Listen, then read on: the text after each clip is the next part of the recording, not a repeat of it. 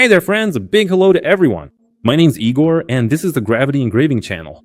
Lately, subscribers have been writing in asking about 3D engraving because everyone's getting into 3D engraving these days. Some are still doing 2D engraving, but honestly, you can create masterpieces with either method. Today's topic is all about 3D engraving on the xTool F2 Ultra. Let's take a quick look at this option. First, let's go ahead and load the image. Go to File, then Import or Open Project, but we specifically need to import it. Right, go into Downloads, Documents, Images, and then Downloads again. In Downloads, we have two versions of St. Nicholas the Wonder Worker. Let's use the first one. Whoa, okay, yeah, that's a really large image we've got there. Let's click the scale again. We're gonna crop it just a little bit more anyway. So what's the plan? First, we create a circle, a round shape. We need to figure out the diameter of our workpiece. To be honest, I don't really remember it. It's either 38 or 35. Let's do it the easy way. I could have traced it manually, but I'll just do a quick trace of our coin like this. The coin is made of some alloy, a ready-made version from China, let's say. What it's actually made of? I have no idea, to be perfectly honest. What's the deal with this app? Well, someone showed me once, like, don't waste your time. Everything here is much simpler and more interesting. Yeah, I agree. You can draw a circle like this, and then align our layout or template to it. Call it whatever you prefer. It's a height map designed for 3D engraving, layer by layer, from top to bottom. Okay, let's make it a bit more precise. This part's almost right, let's just stretch it out a tiny bit more. There we go. I'll tell you right now what I like about this. It's this xTool F2 Ultra system right here. It's a system designed for particularly lazy people. Our machine is at the other end of the office, connected via Wi-Fi and everything else. The camera and focal length measurement are located right here. You can take a separate screenshot to see what's happening on the workspace. The main thing is to keep the camera clean and free of smudges. Basically, it's as simple as it gets. No need to run around setting the focal length or anything like that. Now, let's go to the panel in the bottom left, the Object Properties panel. Click on the circle, then hold Shift and add our icon. Click Create Mask at the top. Yeah, that looks good. We're all set, so click Done. And that generates a height map like this one. I see we're slightly off, but we can just stretch it out a little bit now. It's not fatal, actually. Done. In the right panel, we set up the engraving. What are we doing here together? Again, we choose the MOPA X color. At the top, we select embossing. At the very bottom, there's a lot of functionality. We'll go over the other functions later. Right now, I'm specifically interested in the 3D one. I don't know, I'm just really fired up. All my machines are cranking in this direction right now. Religious stain, that's a separate topic that goes over well, but it's a matter of taste. So, MOPA X embossing. Power. We'll be working on either a copper alloy or an alloy of unknown composition, so I'll set the power to 60%. Speed. Last time I tested it at speeds of 4,000 and 3,000. The time difference isn't very large. In terms of quality, naturally, we get the best result at 3,000. You don't need to set up Start TC, Laser Off TC, NTC, Polygon TC, or Jumpsuit here. You don't have to set up any of that crap here, which is a plus, but also a bit of a minus. We'll set the lines to the maximum value. That'll be approximately, if we're talking about Lightburn or EasyCAD 2.0, 0.033 thousandths of a millimeter. Whether that's a lot or a little, it's more or less enough. Of course, I'd like to set it higher, but you have to understand that the engraving time will also be much longer. Angle increment is 15 degrees. We don't have extra layers for cleaning or polishing here. We're entering the pulse width in nanoseconds. 200, but here we need to figure out the frequency range we'll be working with. At this speed, the frequency range overlaps point to point. I showed you how to measure it. Let me demonstrate it one more time right now. Let's open the calculator. In the calculator, we enter the speed. It's going to be 3,000 millimeters per second. So we divide that by approximately our spot size. The spot equals 0.05 hundredths of a millimeter, which is 50 microns. Press equals, and it's 60 kilohertz. That'll be hitting point to point, and we don't want that. I'm telling you straight up. Our goal is to have at least a 50% point overlap. So it turns out we need to hit it at 120 kilohertz. So let's close the calculator and set the frequency here to 120 kilohertz. Q pulse is still confirming 200 nanoseconds for us. We'll leave it, let it be. So, advanced settings. I'll repeat what's been done here. I'm getting rid of the noise reduction, it'll just get in my way. There is a cleaning function. Good job. No argument there. But today we're doing it the quick way. My main goal is to knock out this layout. Maybe if we work with titanium, I'll test this function. I don't think this was here before, by the way. It's cool that they added this. Great. By the way, another question about cleaning. Power, speed, line pass, angle. There's also auto rotation. Cool. Width. It would be interesting, of course, but just a dream, a fantasy, like in Laser and Bust, to set how many layers before a cleaning cycle. That would be really cool. But let's just say we'll stick with this node. Next, what you absolutely must do, right here, down here where it says process, click on the expand arrow. Go to the processing path, you'll have automatic planning by default. Don't check this box under any circumstances. It means your layers will be engraved randomly, however the program wants. We don't want that. User defined. So it will be marked as it should be, from top to bottom, from the white gradient till the black gradient. And that's basically it. Click process. Let's click process again. Now, we could click start, but we're interested in the time. How much will be spent? It directly depends on the product diameter and the parameters we set on the right, but changing parameters from 2 to 5,000 makes no sense. Look, 2 hours right away. That's a bit much for me, but for a coin it's just right.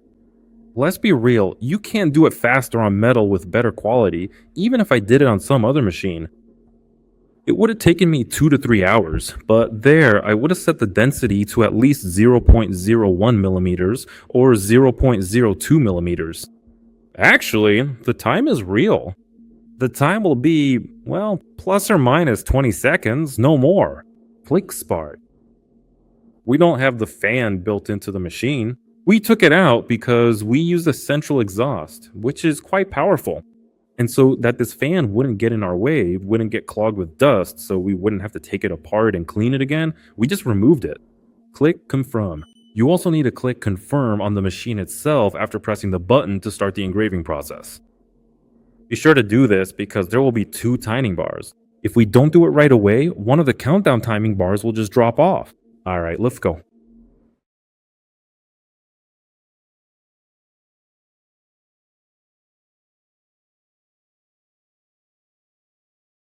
Yeah, now probably about the least cool part.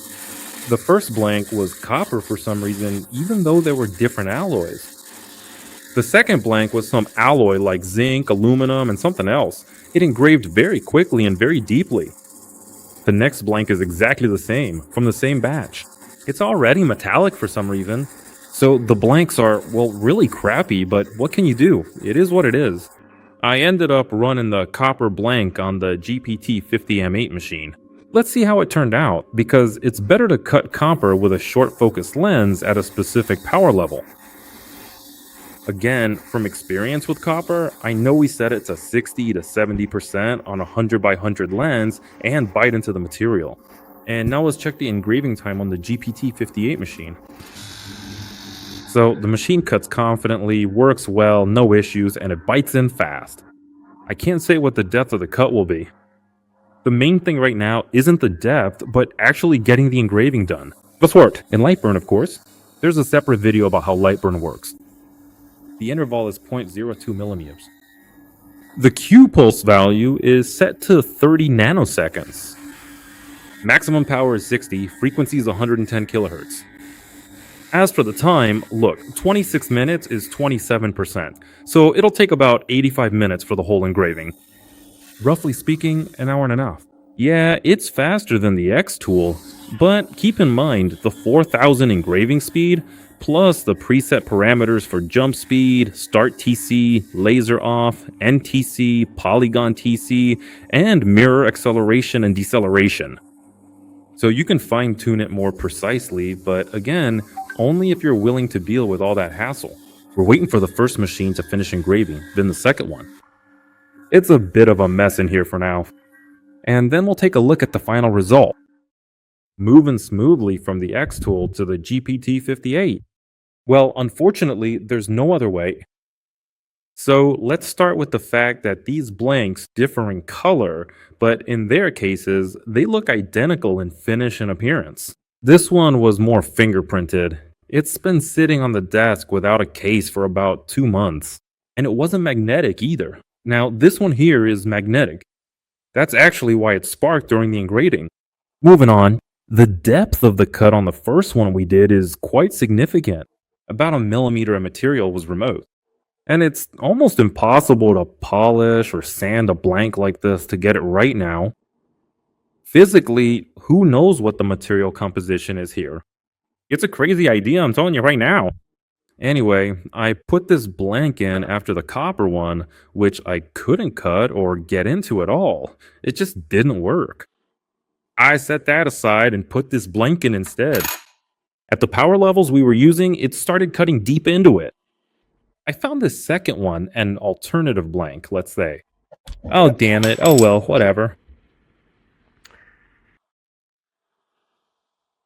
Everything seems okay, but it's unfinished. We'll finish in how? The depth here isn't much, about zero point 0.4 millimeters. Approximately, again. After polishing, you'll see it'll be filled in. I'll wash my hands, they're gonna be dirty. While this blank was engraving for 2 hours and some minutes, I decided to finish the copper one. You can see those reddish copper shades, as you'd expect. So it's copper. The depth here isn't much either. It was etched on a GPT-58. The etching took about 1 hour and 15 minutes. By the way, there's an interesting thing about Lightburn: the timings. Timings are shown during the engraving process, and then they appear in the machine's bottom field. But that data was visible, and now it's gone for some reason. And having to constantly look for this timing in some random spot in the Lightburn workspace is just inconvenient. That's why I don't like Lightburn. Everything there is just done backwards. You can work with it, but at the same time, it's a bit uncomfortable in that regard. So let's process it and see the final result. And finally, with some good close-ups. The first one we made is the absolute worst. Basically, we're just tossing it, forgetting it, and that's it. I mean, the blank is made of some weird junk. I'll say it now, these blanks were meant for stamping, definitely not for engraving. Discarding it. The copper version, that didn't work on the xTool F2 Ultra. On the GPT-58, it didn't engrave very deep at all, just barely. Polishing it is proving to be very difficult.